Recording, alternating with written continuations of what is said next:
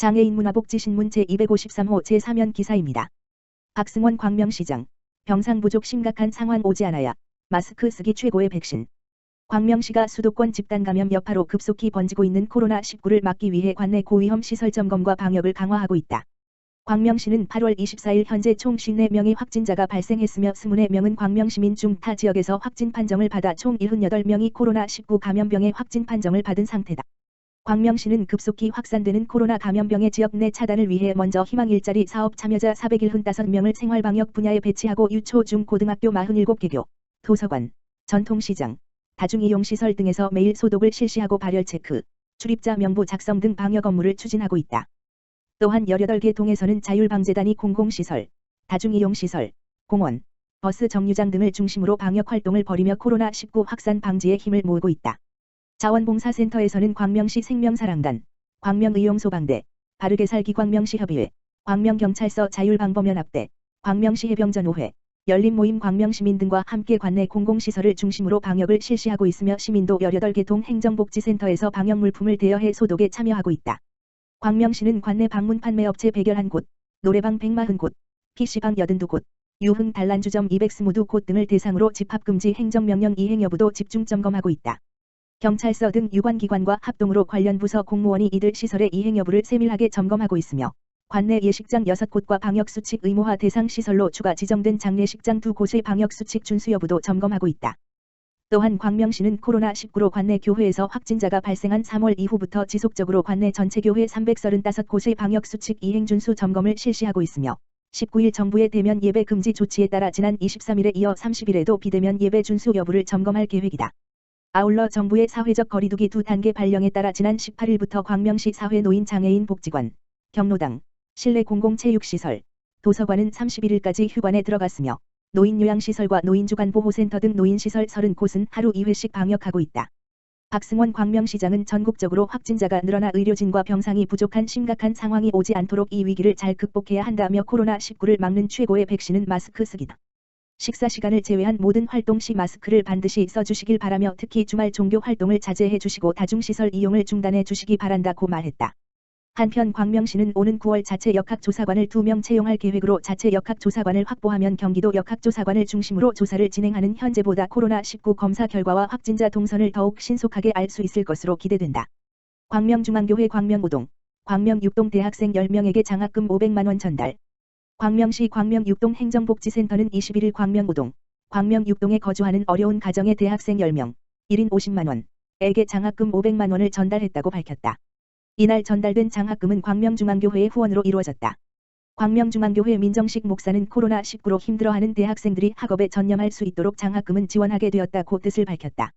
고길수 광명육동지역사회보장협의체는 코로나19의 어려운 여건 속에서도 대학생들을 위해 장학금을 전달해 주셔서 감사드린다며 앞으로도 대학생들이 학업을 마치고 우수한 인재로 성장할 수 있도록 많은 관심과 사랑을 부탁드린다고 말했다.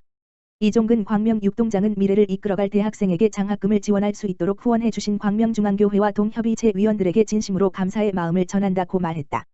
광명시 철산 이동지역사회보장협의체 코로나19 재확산 방지 독거노인 가구 방역 실시. 광명시 철산 이동지역사회보장협의체 민간위원장 이정환은 코로나19 재확산 방지를 위해 지난 26일 감염병 취약계층인 독거노인 가구를 대상으로 방역을 실시했다. 이번 방역 활동은 최근 전국적으로 코로나19 확진자가 급증하고 있어 복지관과 경로당이 폐쇄됨에 따라 지역사회와 단절된 독거노인 가구에 도움을 주고자 마련됐다. 방역 봉사 참여자들은 철산 이동지역사회보장협의체 위원과 1 결연된 독거노인 거주지 인근과 관내에 있는 광명시 홀몸 어르신 공동생활 가정을 집중적으로 방역하면서 안부를 확인했으며 앞으로 코로나19 비상 상황이 종료될 때까지 지속적으로 운영할 예정이다. 이정환 지역사회보장협의체 위원장은 가파른 코로나19 확산세에 다시 한번 지역사회보장협의체 위원 모두가 한마음이 되어 자발적으로 방역단을 구성하게 되었다. 특히 취약계층의 방역 사각지대 해소를 위해 앞으로도 더 힘쓰겠다고 말했다.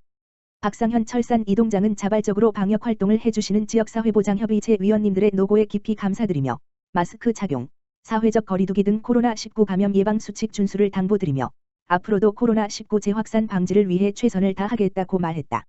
광주시 퇴촌면, 익명의 쌀 기부 잔잔한 감동. 어려운 이웃을 위해 써달라며 익명의 기부자가 퇴촌면 행정복지센터에 쌀을 기부한 사실이 알려져 훈훈한 미담이 되고 있다. 28일 광주시에 따르면 지난 27일 오전 광주시 퇴촌면 행정복지센터로 60만원 상당의 쌀 20호, 10kg가 배달됐다. 이는 퇴촌면 주민이 어려운 이웃에게 전달해달라며 퇴촌농협 하나로마트를 통해 보내왔다. 박명준 퇴촌면장은 코로나19 확산으로 어려운 경제 상황에도 이웃사랑을 실천해 주신 익명의 기부자에 감사드리며 기부자의 따뜻한 마음을 담아 어려운 이웃에 전달하겠다고 말했다. 퇴촌면은 기부자의 뜻에 따라 생계가 어려운 저소득 20가구를 선정해 전달할 예정이다.